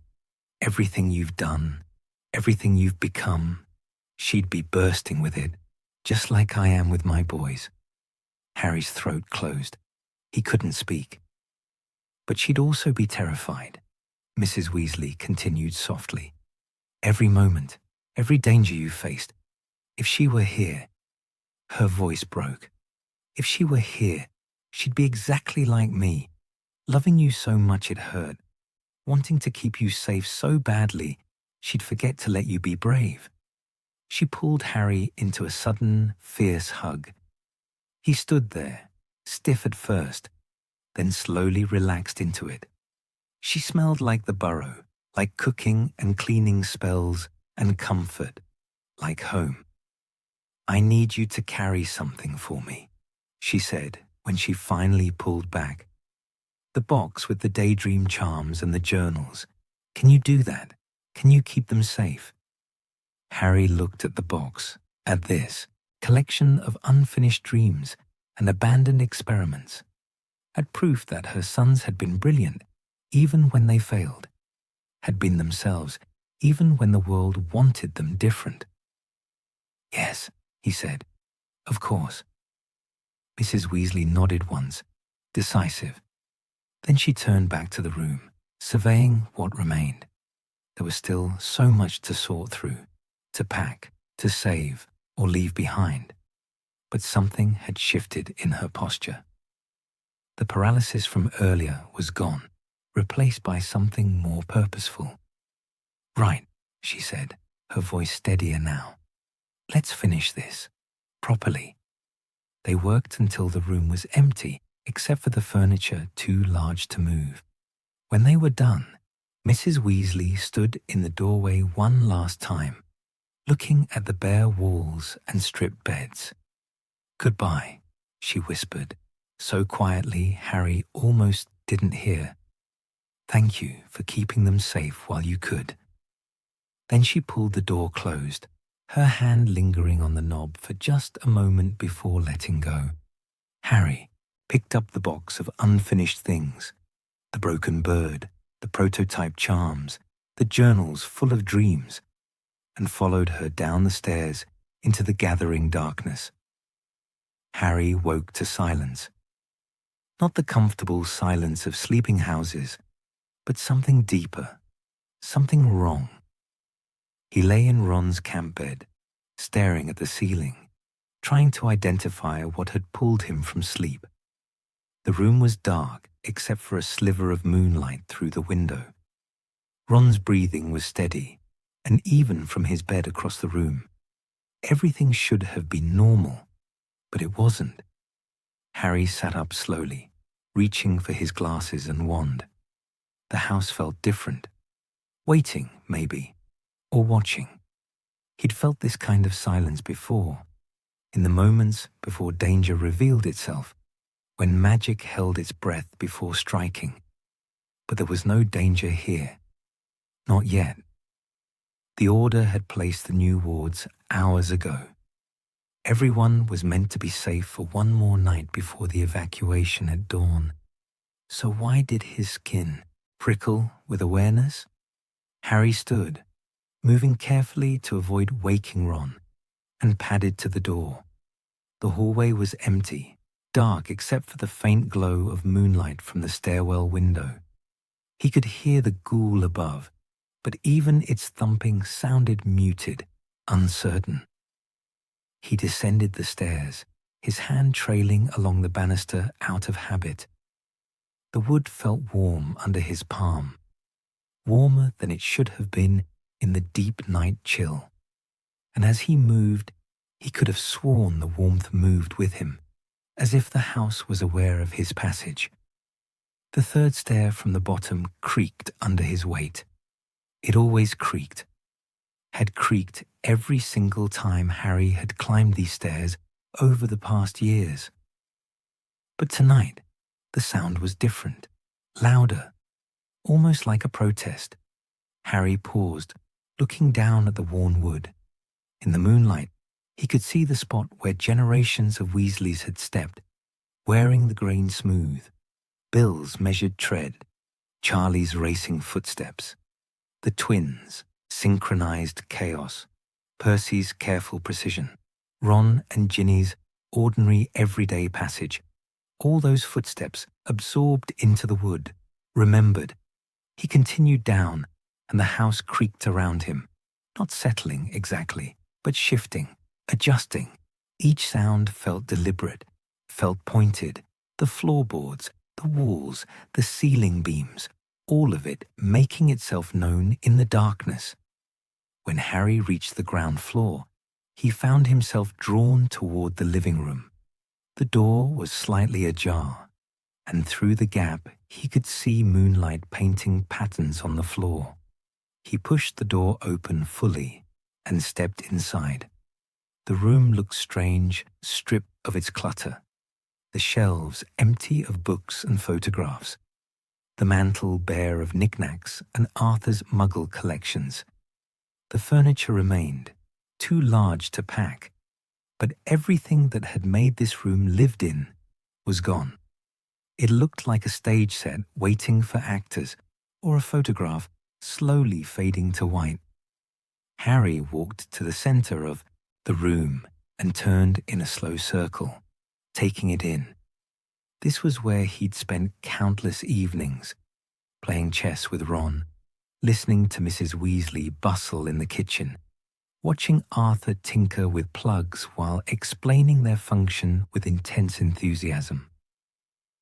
This was where Ginny had sat, curled in the corner chair, reading, where the twins had tested minor experiments when they thought no one was looking, where the whole family had gathered after Dumbledore's funeral, grief-stricken and silent. The house groaned again, a deep, resonant sound that seemed to come from everywhere at once. Harry froze, because this time he recognized it for what it was. The Burrow was confused. It sounded mad, even thinking it. Houses weren't sentient. They didn't feel or think or understand. But as Harry stood there, surrounded by the sounds of the building shifting around him, he knew with absolute certainty that the Burrow was aware something was wrong. It had held the Weasleys for so long, held their magic, their warmth, their daily repetitive existence, that it had become shaped by them. The way a favorite chair molds to its occupant, the way a well-worn path becomes permanent in grass. The Burrow had been lived in so thoroughly, so intensely, that it had absorbed something of the family itself. And now they were leaving. Harry crossed to the window and looked out at the garden. The protective wards shimmered faintly in the darkness. New magic, foreign magic, placed by Order members the Burrow didn't know. No wonder the house felt unsettled. It had been stripped of Arthur's familiar protections and dressed in strange ones. Its family had packed their belongings. The daily rhythms that had marked time, breakfast in the kitchen, evening wireless programs, late-night footsteps to the bathroom, had all stopped. The house was being abandoned, and it knew. Another creak, this one from directly above Harry's head. He looked up at the ceiling and could almost see the bones of the building, the beams Arthur and his father had reinforced, the joists they'd added when the twins were born, and more space was needed. All that careful construction, all those hours of work to make the house strong enough to hold a growing family. For nothing, in the end. The house was strong, but strength couldn't protect against this. Harry left the living room and walked through the ground floor, his footsteps echoing in the emptiness. The dining room, with its long table scarred by years of family meals. The scullery, smelling faintly of soap and copper. The pantry, its shelves mostly bare now, just a few jars of preserves Mrs. Weasley hadn't been able to pack. Each room felt hollow, not just empty of people, but somehow less, as if the act of removing the Weasleys' belongings had removed part of the rooms themselves. Harry found himself standing at the kitchen doorway. He'd been avoiding this room, knowing it would hurt the most. The kitchen was the heart of the Burrow, the place where everything important happened. And now, he made himself step inside. The kitchen was dim, just the embers of the stove providing faint orange light. But even in darkness, Harry could see the absences. The chair where Mrs. Weasley sat to peel potatoes, her hands moving automatically while she talked. The spot at the head of the table where Arthur read the Daily Prophet in the mornings. The windowsill where the wireless usually sat, filling the room with news and music and voices. The clock still hung on the wall, the magical one with all the Weasleys' hands. But every single hand pointed to mortal peril now, and they moved restlessly, as if uncertain, as if the clock itself was struggling to track a family that was scattering. Harry crossed to the table and sat in what had become his usual seat over the years, next to Ron, across from Ginny. He put his palms flat on the scarred wood and just sat, breathing in the smell of the kitchen, bread and tea, and the lingering warmth from the stove, the smell of home. The house sighed. There was no other word for it. A long, slow exhalation of air through cracks and gaps, a settling that sounded almost mournful. "I know," Harry said aloud, his voice startling in the quiet. "I know it's not fair." The house didn't respond. Of course it didn't. But Harry felt the quality of the silence change slightly, like it was listening. "They don't want to leave," Harry continued, speaking to the walls, the ceiling, the floor beneath his feet. "They love this place. You.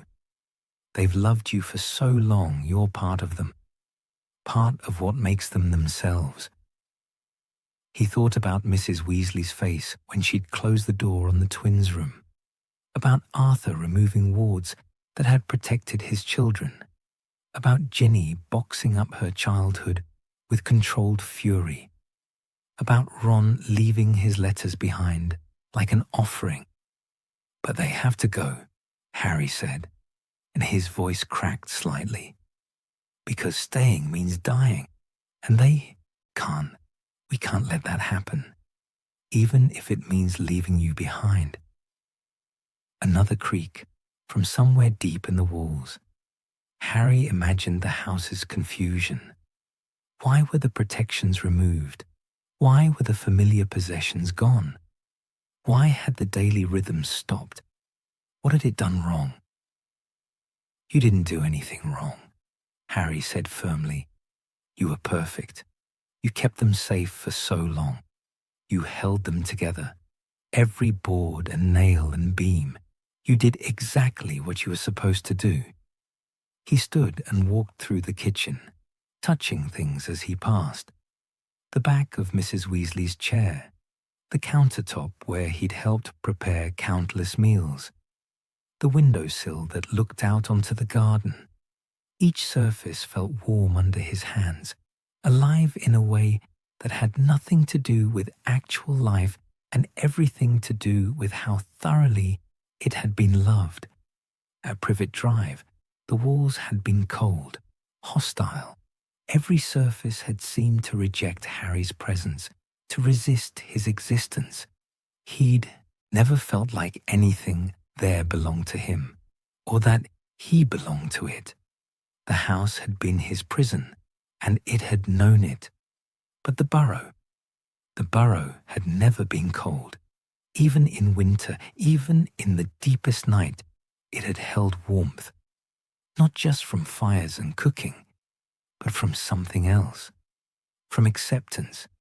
From the way it had absorbed years of laughter and argument and ordinary affection until the very walls hummed with it.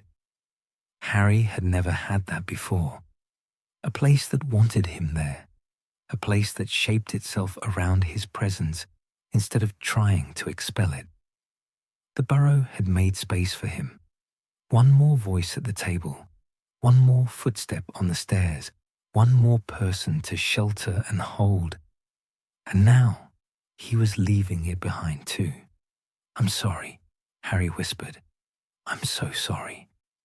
He thought about what would happen after they left. The house would stand empty, protected by wards that didn't know it.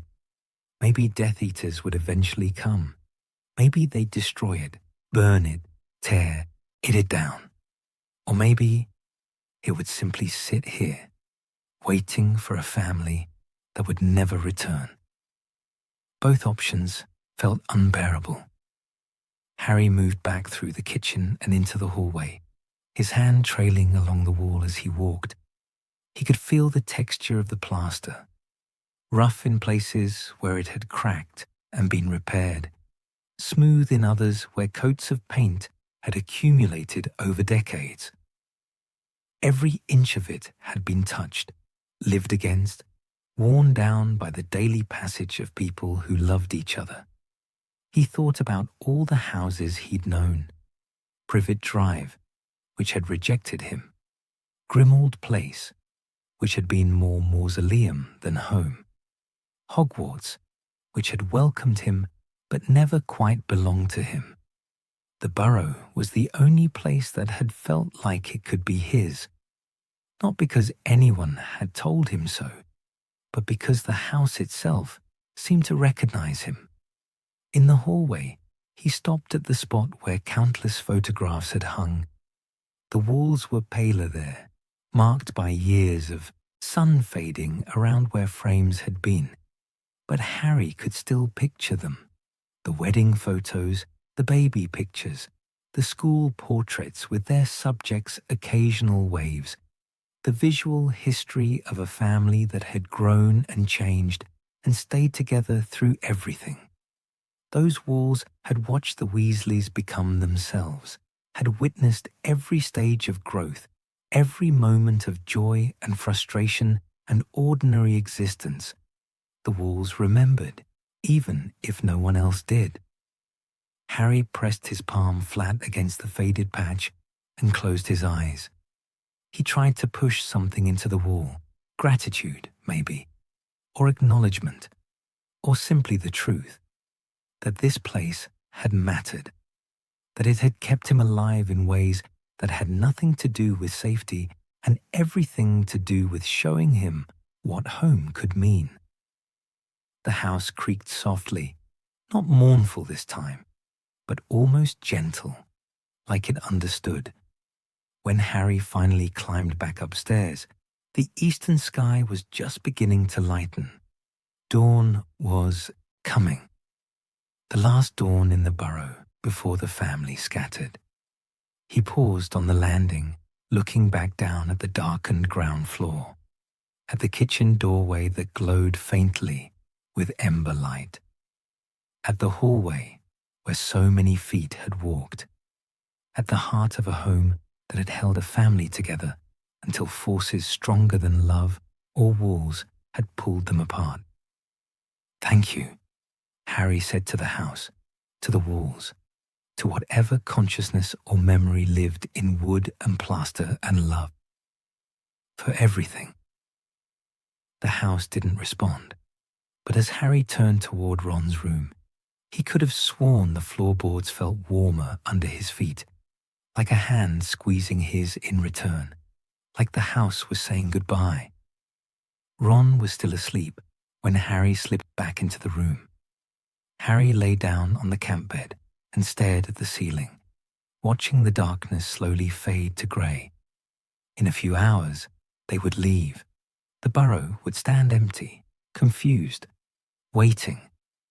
But for right now, in this last quiet moment, the house still held them, still kept them safe, still loved them in whatever way places could love. Harry closed his eyes and let that warmth surround him one final time. The kitchen filled before dawn. No one had agreed to meet there. No announcement had been made. But when Harry came downstairs with his bag, he found them already gathered. Mrs. Weasley at the stove, moving through the ritual of making tea with careful precision. Mr. Weasley at the table, his hands folded in front of him, staring at nothing. Ginny by the window, watching the garden lighten. Ron emerged behind Harry, silent and heavy-footed. They assembled without speaking, drawn together by some unspoken agreement that they needed these last moments as a family in this place before everything scattered. Mrs. Weasley poured tea into mismatched mugs, the ones that hadn't been packed because they were chipped or cracked or too ordinary to bother saving. She passed them around, and everyone accepted wordlessly. The tea was too hot to drink, but they all held the mugs anyway, letting the warmth seep into their palms. Harry watched them over the rim of his mug. Arthur's hands trembled slightly, making small ripples in his tea. Molly's eyes were red-rimmed but dry. She'd run out of tears hours ago. Ron stared into his mug like it held answers. Ginny stood apart, her spine rigid, her jaw set in that way that meant she was holding herself together through sheer force of will. They were breaking apart and trying desperately to pretend they weren't. "The wards held through the night," Arthur said finally, his voice too loud in the quiet. "Kingsley checked an hour ago. No breaches, no attempts." No one responded. What was there to say? The ward's holding meant nothing had attacked. It didn't mean nothing would. It just meant they were leaving before finding out. Mrs. Weasley moved to the stove, checking the embers even though there was nothing left to cook. Her hands needed occupation, needed purpose. Harry recognized the movement from every morning he'd spent here, that constant motion, that need to care for her family through action because words weren't always enough. But there was nothing left to cook, nothing left to clean, nothing left to mend or organize or improve. The work was done. The house was empty. All that remained was the leaving. "I'll miss the garden," Ginny said suddenly. She was still at the window, her breath fogging the glass. "The gnomes, even though they're pests, even though they bite." "The chickens," Ron added quietly. "The way they'd mob you if you had food." "The ghoul," Arthur said, and his smile was small and sad. "Terrible houseguest, but ours." Mrs. Weasley's hand stilled on the stove. "The kitchen at midnight," she said, "when everyone else was asleep and it was just me and the quiet. The way the floorboards would creak in that pattern. 3 long, 2 short. Like the house was saying hello." They were cataloguing losses, Harry realized, saying goodbye to the small things, the ordinary things, the pieces of daily life that you didn't notice until they were gone. "The 3rd stair," Harry heard himself say. "The one that always creaked. You could never sneak down it." "The twins tried for years," Ron said, and something like a smile touched his face. "Never managed it. Used to drive them mad." "The spot in the sitting room where the floor's warm," Ginny added, "right in front of the fireplace. I'd lie there in winter and read for hours." They continued like that, trading memories like currency. The wireless in the morning, the sound of rain on the roof, the way afternoon light came through the kitchen window at exactly 4 o'clock and made everything golden. Each person offering up small pieces of the Burrow, small acknowledgements of what they were losing. Harry listened and memorized. He'd only known this place for a fraction of the time they had, but it had marked him just as deeply. Every corner held a memory. Ron, teaching him wizard chess. Ginny appearing in doorways with that particular smile. Mrs. Weasley's voice calling them all to dinner. Arthur's delighted explanations of rubber ducks. The Burrow had taught him what family felt like, what home meant, what it was to be wanted instead of tolerated, loved instead of endured. And now they were leaving it behind. "We should go soon," Arthur said eventually, though his voice held no conviction. "Before full light, the safe houses are ready." But no one moved. Mrs. Weasley finally abandoned the stove and came to sit at the table. She wrapped both hands around her mug and stared into it like she was reading tea leaves. "I've been thinking," she said quietly, "about all the things I meant to do. Fix the banister, repaint the sitting room, finally organize the attic properly." She looked up at them. "There was always going to be time. That's what I told myself. We'd get to it eventually." "Molly," Arthur reached for her hand. "I'm not being maudlin," she interrupted, though her voice was thick. I'm realizing that eventually never comes, does it? You think you have forever to fix things, to make them perfect, and then one day you don't. You just have what you have, and it has to be enough." "It was enough," Ginny said fiercely. She turned from the window, her eyes bright and hard. "This place, this family, it was always enough, more than enough." Mrs. Weasley's expression crumpled for just a moment before she mastered it. "I know, dear. I know." The sky outside had lightened to grey, then pale blue. Dawn had properly arrived, though it felt more like an ending than a beginning. Harry could hear birds in the garden, ordinary morning sounds from an ordinary morning, except nothing about this morning was ordinary at all. Ron stood abruptly. "I'm going to check the shed," he said. "Make sure Dad didn't forget anything." "Ron, I didn't," Arthur started. "I know, I'm just checking." He left quickly, his footsteps heavy on the floor. Harry understood. Ron needed to move, needed to do something other than sit here watching his family try not to fall apart. Ginny followed a moment later, murmuring something about her broom. Then it was just Harry, Arthur, and Molly in the kitchen that had held so many people, so many meals, so many ordinary, extraordinary moments. "Harry, dear," Mrs. Weasley said, her voice soft. "You'll look after Ron, won't you? Where you're going, whatever you're doing." "Molly," Arthur said warningly. "No, I need to say this." She turned to Harry fully, and her expression was open and fierce and desperate. "You'll look after each other, you and Ron and Hermione. You'll stay together. You'll be careful. Her voice broke. "You'll come back."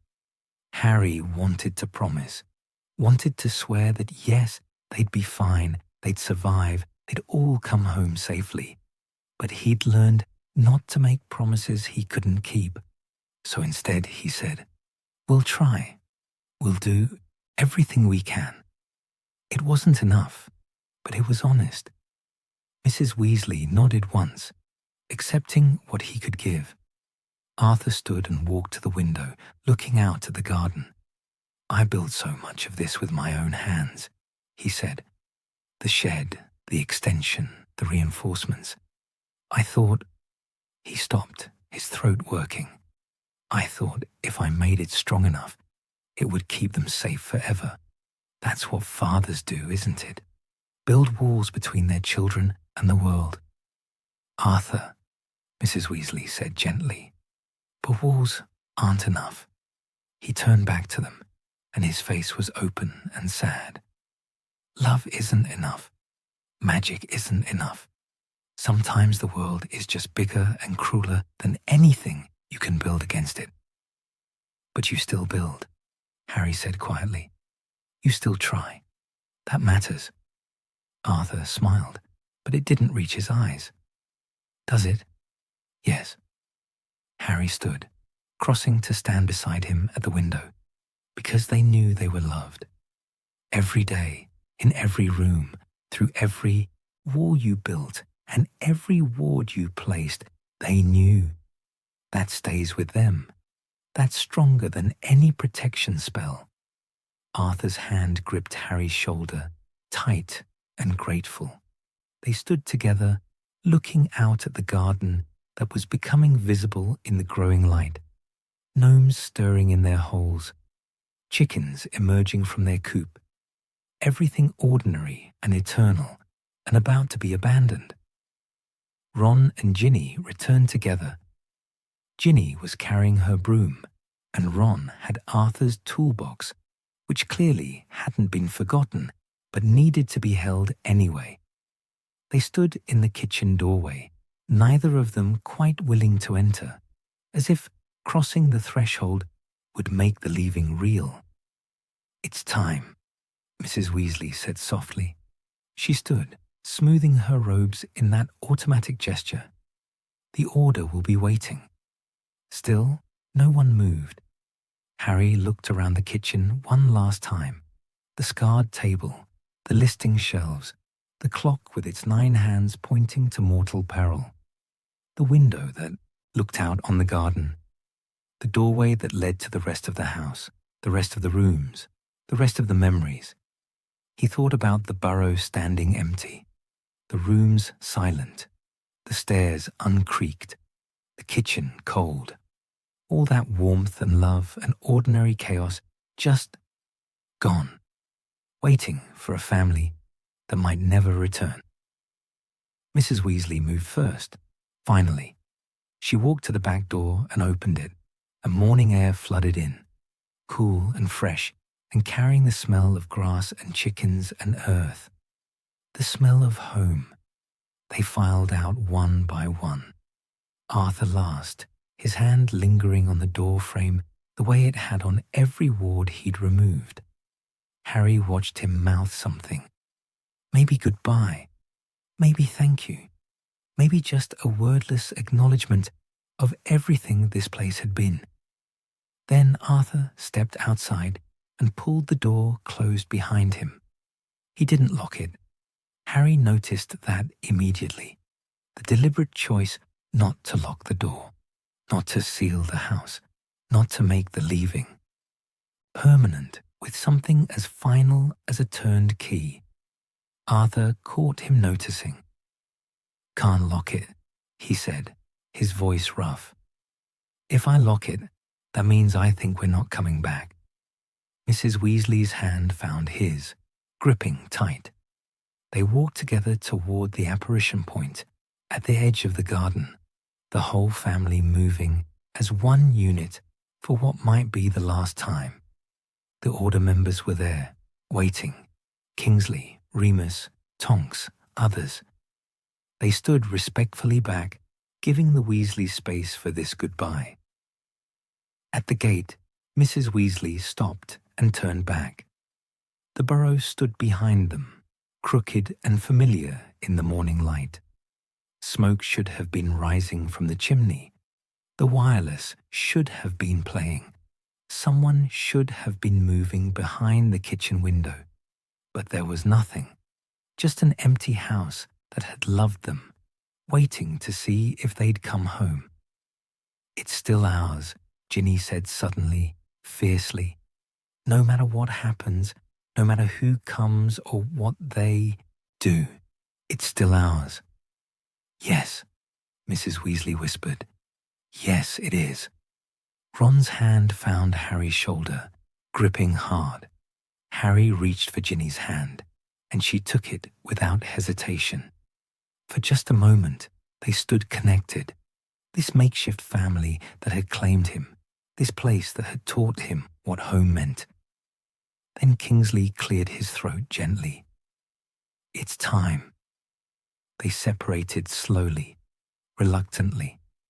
Different destinations, different safe houses, different scattered pieces of what had been whole. Harry took one last look at the burrow. The house didn't creak or groan or acknowledge them. It simply stood, patient and waiting, holding its emptiness like a promise. "We'll come back," Harry thought fiercely at it. "We have to." Then he turned away and disapparated into the morning, carrying the warmth of the burrow with him like a talisman against the cold. Behind them, the house stood silent in the growing light, waiting, hoping, still home, even in absence, still theirs,